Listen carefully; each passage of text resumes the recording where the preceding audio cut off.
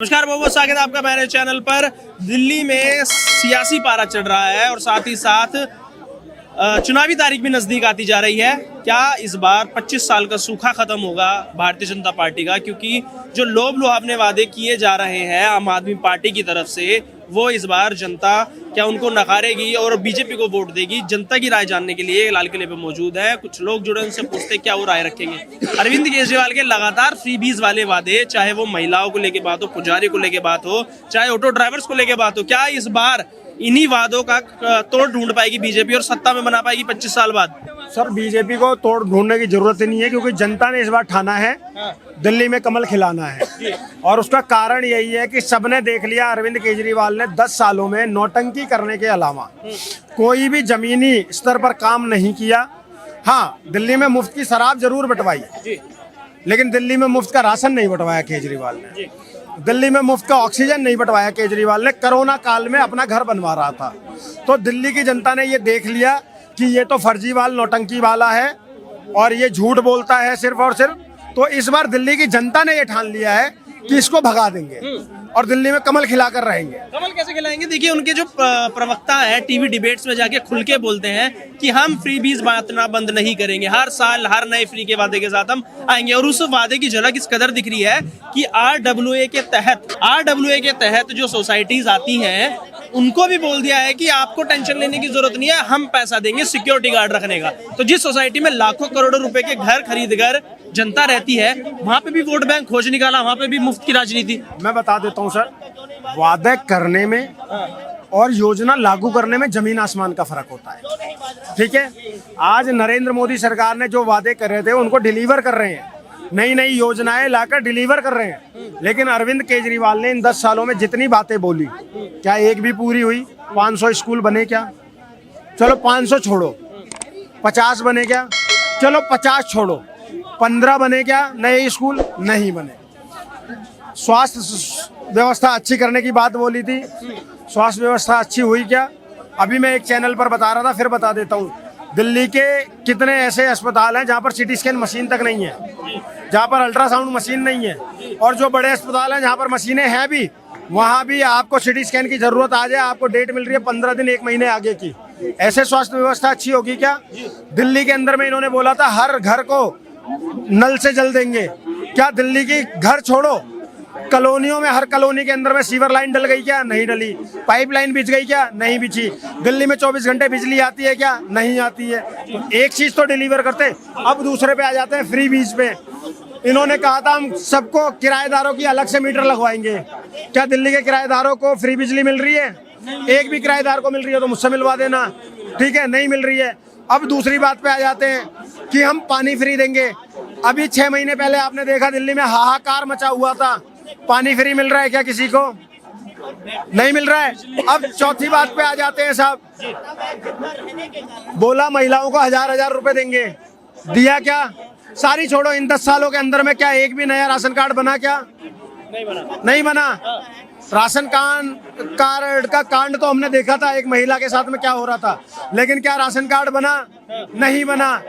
अब उसके बाद में आ जाओ आप 1000 रुपए वाली स्कीम पे। पंजाब में बोला था 2022 में, किसी महिला को दिया क्या? नहीं दिया।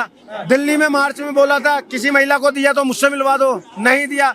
तो जब इसने दिया ही कुछ नहीं है तो जनता इस पर भरोसा कैसे करेगी? वहीं पर भाजपा मध्य प्रदेश में लाडली बहन योजना के तहत में दे रही है, वहीं पर भाजपा किसानों को सम्मान निधि दे रही है, वहीं पर भाजपा आयुष्मान कार्ड के द्वारा 50 करोड़ लाभार्थी हो चुके हैं, वहीं पर भाजपा ने उज्ज्वला योजना के तहत गैस सिलेंडर दिए, वहीं पर भाजपा ने 3 लाख रुपए मकान बनाने के लिए, 20,000 रुपए शौचालय बनाने के लिए दिए। लेकिन अगर वो दे नहीं रहे हैं, ऐसे लोभ लुभावने वादे करके सत्ता बना रहे हैं, तो इसमें तो कहीं ना कहीं जनता को सोचने की जरूरत है ना कि अगर वादे किए जा रहे हैं और वो पूरे नहीं हो रहे तो वोट क्यों दिया जा रहा है फिर? सर और बताते हैं ईवीएम है क्या? सर देखो, पहले ये बता देता हूँ, जनता ने 2 बार इसको चांस दिया कि चलो यार हो सकता है 5 साल में ना कर पाया हो, तो एक 5 साल और दे दिया। लेकिन अब जनता समझ चुकी है कि ये ड्रामेबाज आदमी है, अब इसका निपटारा करना है, तो जनता इस बार इसको वोट नहीं देगी। इसीलिए मैंने पहले ही बोला था स्लोगन, दिल्ली की जनता ने ठाना है दिल्ली में कमल खिलाना है। ठीक है, पहली बात। अब आप कह रहे हो ईवीएम हैक, तो मुझे एक बात बताओ साहब, जब इनकी 67 सीटें आई थी तब ईवीएम हैक थी क्या? जब इनकी 62 सीटें दिल्ली में आई तब ईवीएम हैक थी क्या? पंजाब में इनकी सरकार है, ईवीएम हैक थी क्या? अगर हैक थी तो पंजाब में भगवंत मान को इस्तीफा दिलवा दो।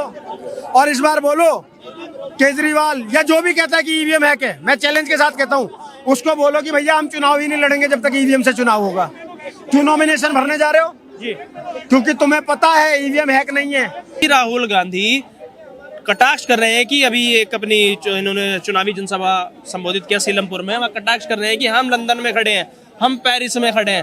तो ये केंद्र में तो हराने के लिए सब एक हो जाते हैं, विधानसभा में एक दूसरे को गाली देते हैं। तो क्या कहेंगे इस बार कट्टर पार्टी वोट काट पाएगी? क्योंकि बीजेपी की दूसरी पार्टी बता दिया कांग्रेस को तो इन्होंने। देखिए, उन्होंने तो ये भी कहते हैं संदीप दीक्षित को पैसा जो है भाजपा दे रही है, तो इसका मतलब भारत में इलेक्शन लड़ेगा कौन अगर कांग्रेस और भाजपा की होगी? तुम्हारी तो कहीं दूर दूर तक गिनती नहीं है, एक राज्य के बाहर तुम्हें कोई जानता नहीं है।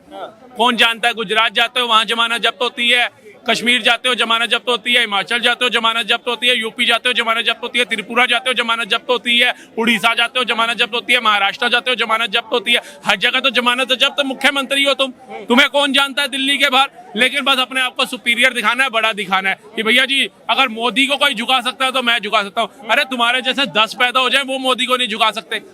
कितनों को देखा ना, अभी आपने झुके हुए देख लिया होगा अच्छे को जो जाता है। अब वो फारूक अब्दुल्ला क्या बोल रहा है कश्मीर के अंदर?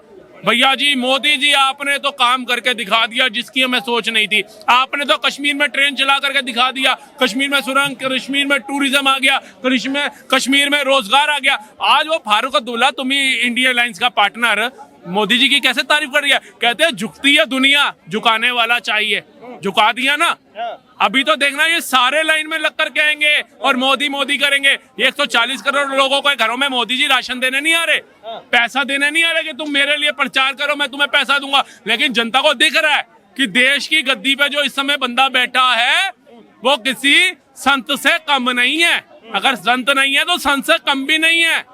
बुश जैसा तेजस्वी बंदा हो सकता है 75 साल की उम्र में। कोई पीसफुल राज्य है कश्मीर, ओपन जीप के अंदर चलता हुआ जा रहे हैं। जैकेट जो उन्होंने कैप वाली पहनी है, देखो लॉ एंड शेयर की लुक आ रही है। इनमें किसी में जबजबा है?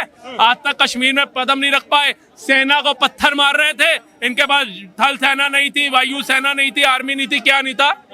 तो सेना पत्थर खा रही है हमारी, ये चुप थे। आज वो सेना को पत्थर मारने वाले कहाँ गायब है? कोई पूछे ना। वो तो कह रहे हैं ना, राहुल गांधी कह रहे हैं जब तक मैं जिंदा हूं जब तक किसी के ऊपर अत्याचार नहीं हो सकता, ना हिंदुओं के ऊपर, ना दलितों के ऊपर, ना युवाओं के ऊपर।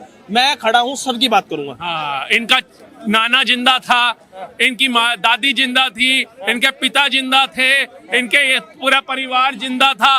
तब तक तो कार सेवकों की हत्याएं हो रही थी, 300 गोलियां चला करके 28 किसानों की हत्याएं हो रही थी, हैं गाय माता को राजमाता बनाने वाले साधु संतों की हत्याएं हो रही थी, साधु संतों की मॉब लिंचिंग हो रही थी, बहन बेटियों को घर से उठा करके बलात्कार करे जा रहे थे, हैं गुंडे बदमाश संसद के अंदर जाकर के बैठ रहे थे।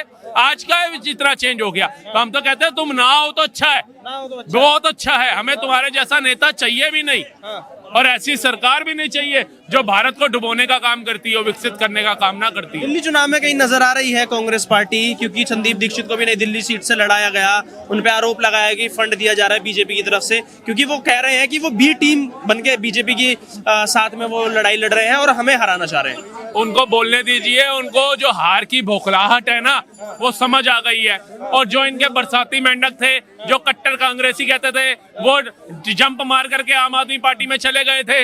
अब उन्हें समझ आ गया कि भैया आम आदमी ने तो गठबंधन किया नहीं, अब हमें कांग्रेस में दोबारा जंप मारना है। तो ये बरसाती मेंढक इनके उधर उधर उड़ रहे हैं। आम आदमी पार्टी घबराई हुई है, तभी 2 सीटों पे नॉमिनेशन भर रहे हैं ना केजरीवाल जी। काम किया तो एक ही सीट पे लड़के दिखाओ और नई दिल्ली से लड़के दिखाओ, लड़ो।